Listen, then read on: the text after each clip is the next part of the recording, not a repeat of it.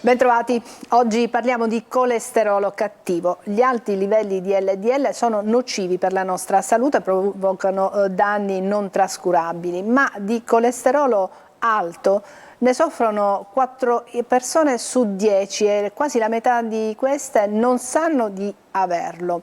Oggi ne parliamo con il professore Roberto Scicari, che è un ricercatore universitario di medicina interna del Dipartimento di Medicina Clinica e Sperimentale dell'Università di Catania, diretto dalla professoressa Lucia Frittita, che salutiamo e che è stata diverse volte ospite della nostra trasmissione. Il professore è anche responsabile del centro ipercolesterolemia dell'unità operativa di medicina interna dell'ospedale Garibaldi Inesima di Catania, diretta questa unità dal professore Salvatore Piro. Salutiamo anche lui.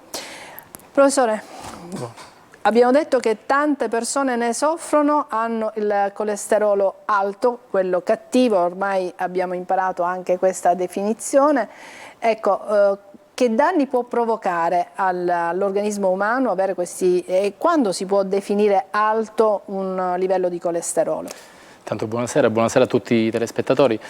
Come ha detto lei prima, circa 16 milioni di italiani soffrono di colesterolo alto e purtroppo la maggior parte non sa di soffrirne perché non dà disturbi. Non dà disturbi, è un nemico silente, appunto, invisibile. Non si avvertono dolori, non si avvertono fastidi, no. E quindi dà disturbi solamente si dà quando... la percezione che sia in perfetta forma, in perfetta salute. Dà disturbi solamente quando ormai è troppo tardi, perché le complicanze, i problemi che può dargli il colesterolo alto sono soprattutto problemi cardiovascolari, ovvero associato alla chiusura dei vasi in cui si forma la placca di colesterolo, la placca aterosclerotica, e fondamentalmente gli organi principalmente colpiti nei pazienti con ipercolesterolemia sono il cuore, quindi un attacco al cuore, l'infarto,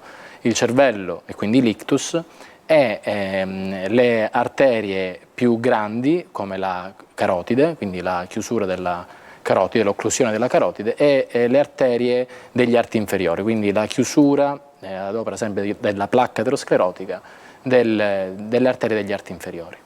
Esatto, già alcune persone stanno telefonando, io vi invito a porgere le domande che ritenete opportune al professore tramite un messaggio al 342 74 55 005.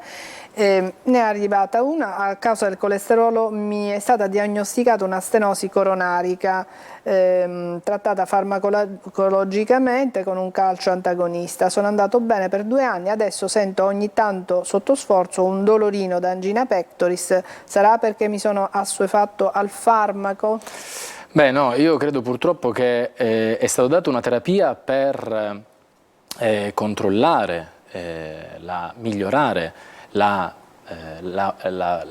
l'arrivo, l'afflusso di sangue alle coronarie col calcio antagonista, ma non è stata data una terapia efficace per la riduzione del colesterolo LDL. Questo non lo sappiamo perché magari il nostro telespettatore o la nostra telespettatrice non lo specifica. Ma come si fa appunto a scoprire se si ha un colesterolo alto? Ormai abbiamo imparato che dobbiamo distinguere l'LDL dall'HDL, ci sono queste due.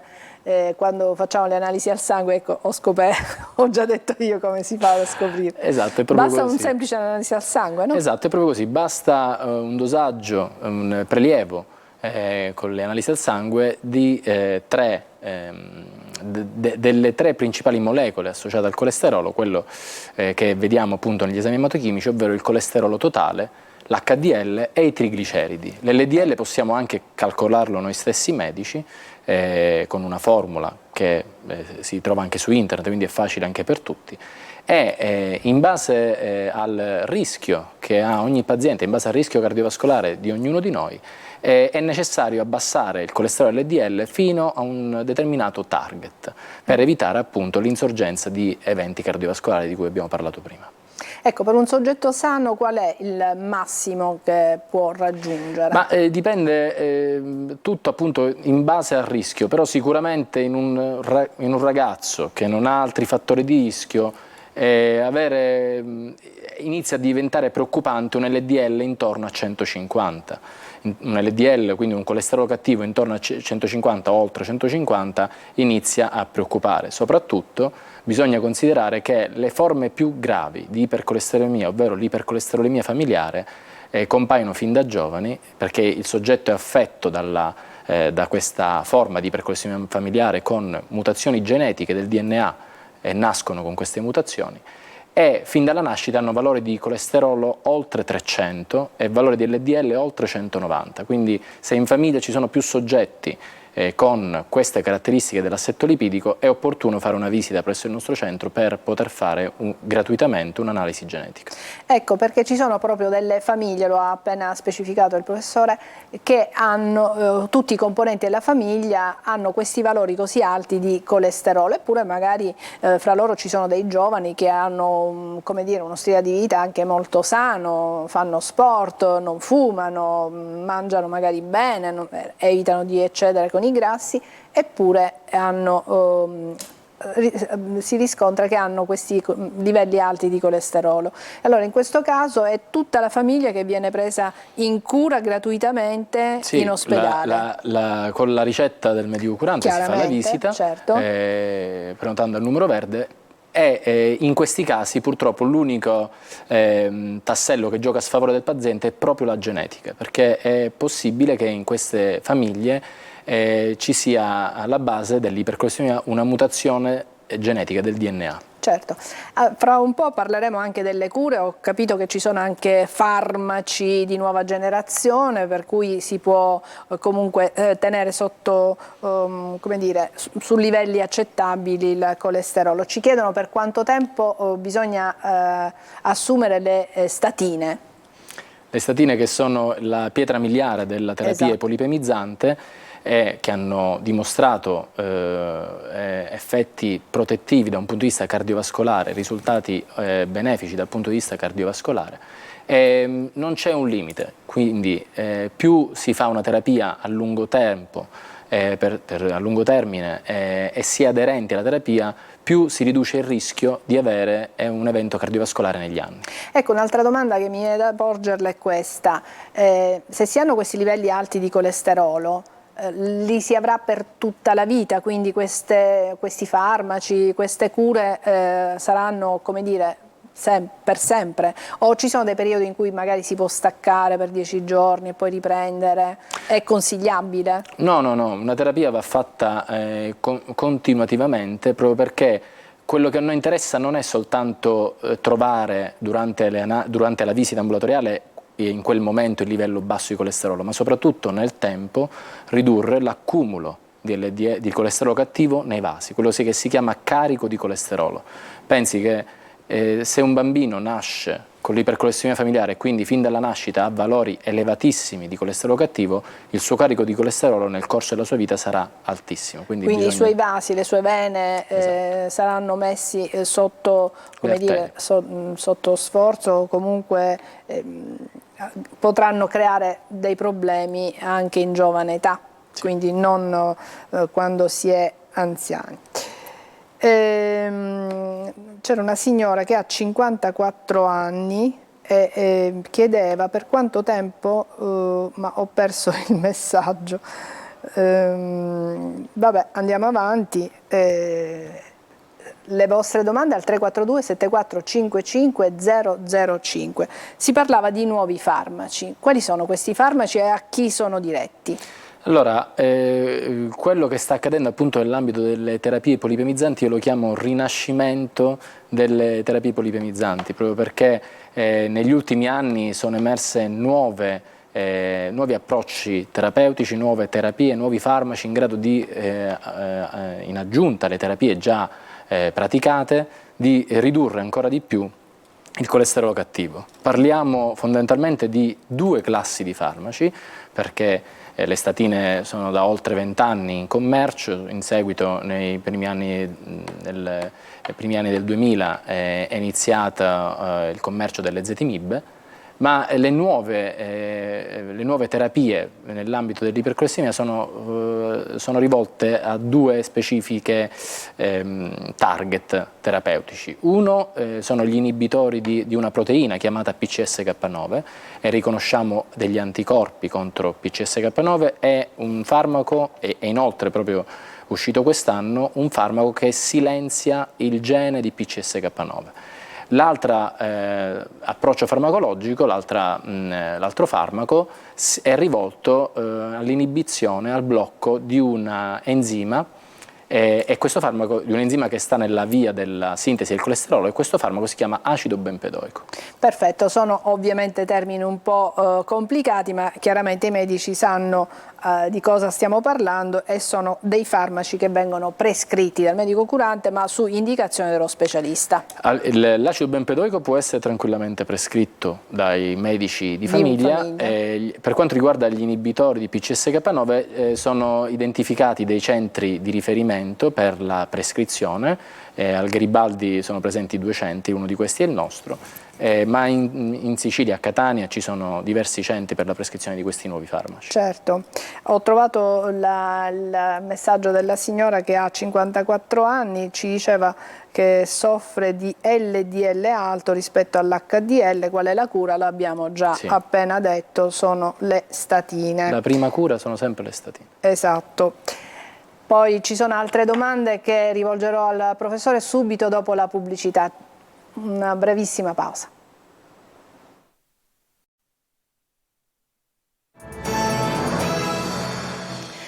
Ed eccoci rientrati in studio. Stiamo parlando di colesterolo alto, di livelli dell'LDL molto alti, definito colesterolo cattivo. 4 persone su 10 ne soffrono, quasi la metà non sa nemmeno di averli, e stiamo dialogando con il professore Roberto Scicali, che è responsabile del centro ipercolesterolemia dell'ospedale Garibaldinesima di Catania.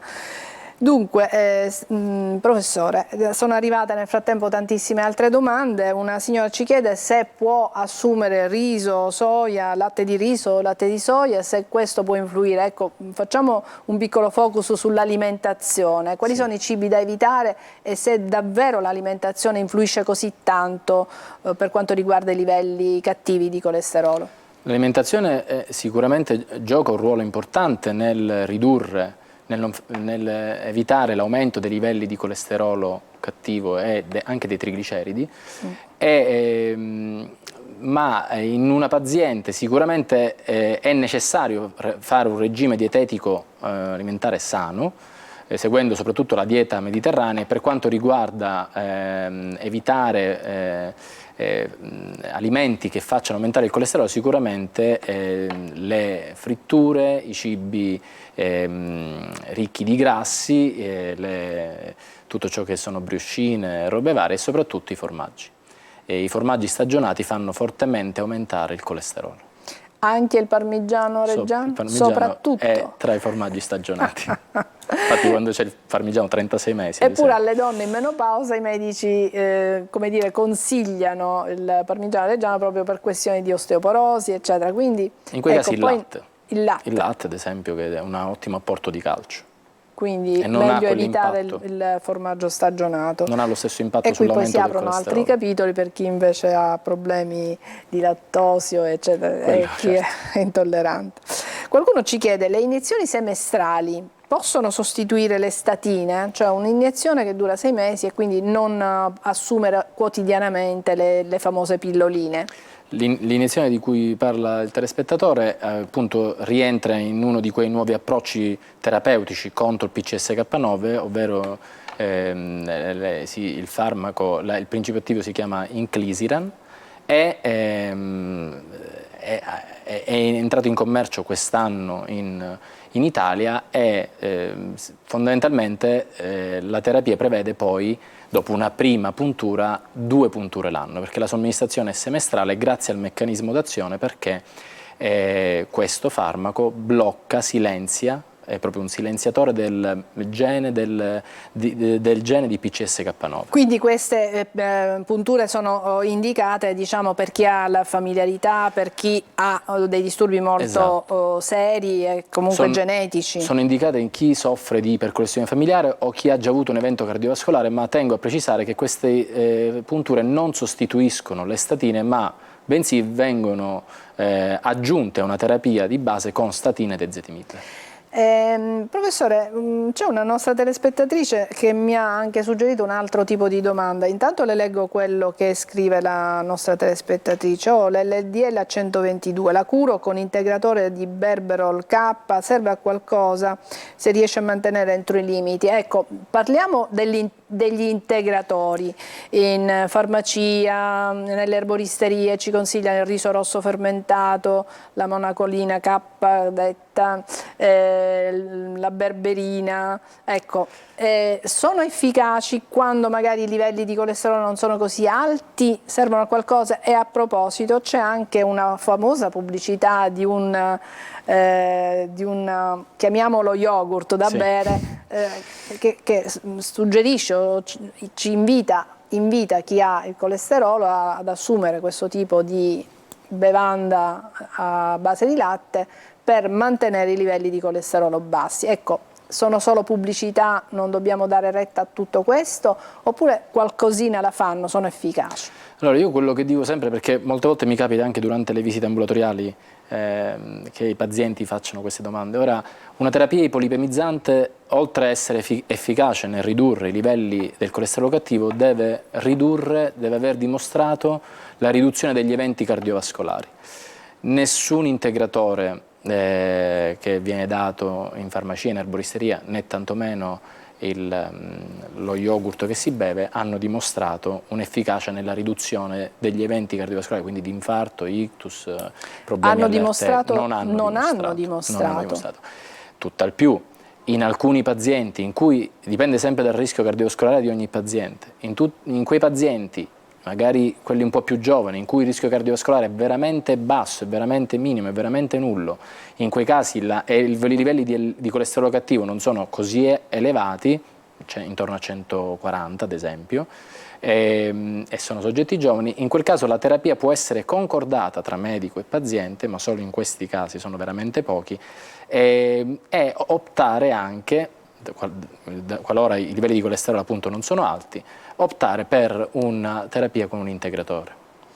Quindi in soldoni, quello che dice il professore è: consultate sempre il vostro medico, perché è solo lui che può stabilire se è il caso di ricorrere ad un integratore e non procedere direttamente con le statine. Tutto dipende dal vostro stile di vita, dall'età, dal rischio che avete di poter incorrere in infarti, ictus, malattie di questo genere. Quindi sarà il medico a dire, quindi non lasciamoci incantare dalle pubblicità che vediamo in televisione, perché chiaramente lo scopo è quello commerciale e quindi non terapeutico. Ecco. Esatto. Credo di aver riassunto in parole semplici il discorso. Floriana ci dice: mia madre non solo soffre di colesterolo ma anche il diabete. Sono due patologie che vanno a braccetto o non c'entrano nulla l'una con l'altra? No, purtroppo sono due patologie che vanno a braccetto, in quanto il paziente che soffre di diabete è anche caratterizzato da una grave forma di dislipidemia, di ipercolesterolemia, in quanto aumentano proprio sia le LDL che i trigliceridi e si riducono le HDL, il cosiddetto colesterolo buono. Infatti il paziente diabetico va fortemente incontro a infarti, ictus, proprio perché il problema alla base, oltre che il livello il problema del diabete, il problema principale poi è le anomalie, le alterazioni del profilo lipidico, dei livelli di colesterolo. Quindi queste persone devono stare molto attente e mantenere bassi sia i livelli di glicemia che quelli di colesterolo, perché sono soggetti più a rischio, diciamo, di certe patologie. L'uso delle statine, ci chiedono, a lungo andare può creare problemi ai muscoli e ai tendini? È Giuseppe che ce lo chiede.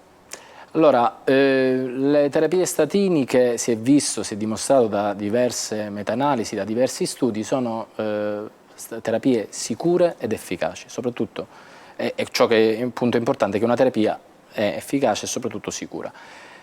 Una minor percentuale di soggetti, in Italia è stato fatto uno studio dalla Società Italiana di Aterosclerosi, di cui io faccio parte, è stato condotto uno studio in cui si è visto che in realtà il 3% della popolazione italiana può avere problematiche di crampi muscolari associate con l'utilizzo delle statine, con alcune tipologie di statine in realtà, non con tutte. Ma in questi soggetti che soffrono di crampi, quindi soprattutto sono problemi di crampi muscolari, difficile avere problemi ai tendini.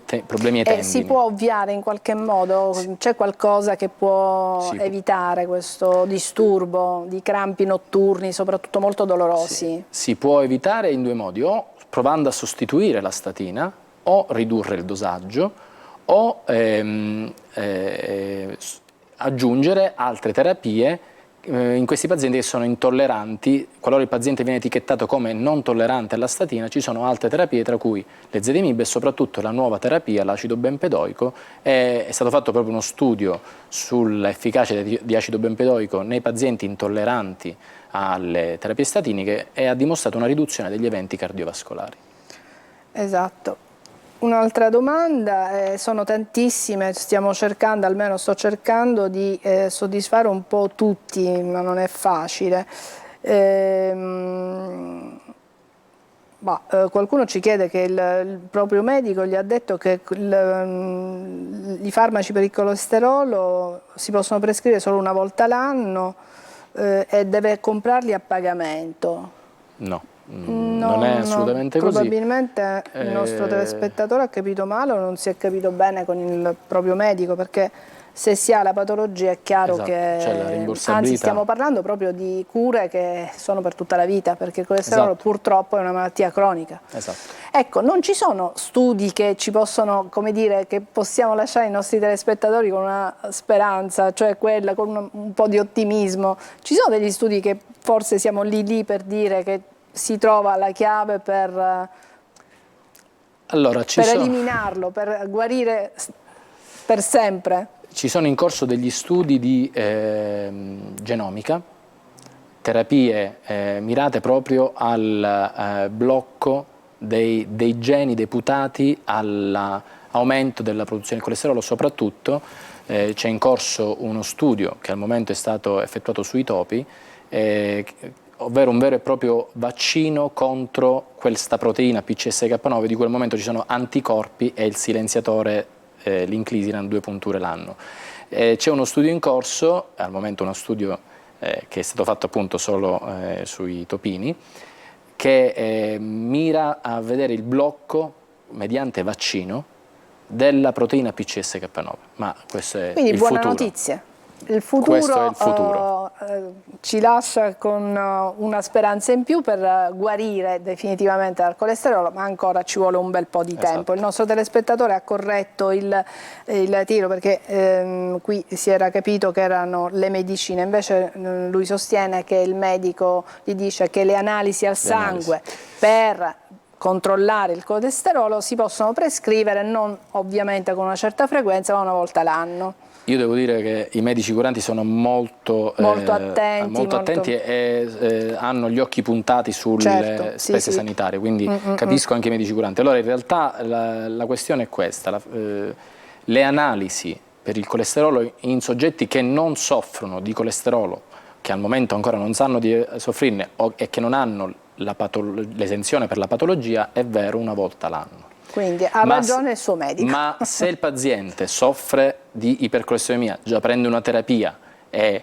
ha quindi la patologia, le analisi si devono fare al momento prima di iniziare la terapia, dopo 2-3 mesi della terapia e se va tutto bene poi si fanno una volta l'anno le analisi. Certo, per aggiustare, per vedere Esatto. se la terapia è giusta, Esatto. se sta dando i risultati sperati. Quindi fidiamoci dei medici di famiglia. Grazie al professore Grazie a voi. Roberto Scicali, grazie a quanti ci hanno seguito e grazie anche ai colleghi che hanno permesso questa trasmissione, che ci hanno seguito dalla regia. A tutti e alla prossima volta.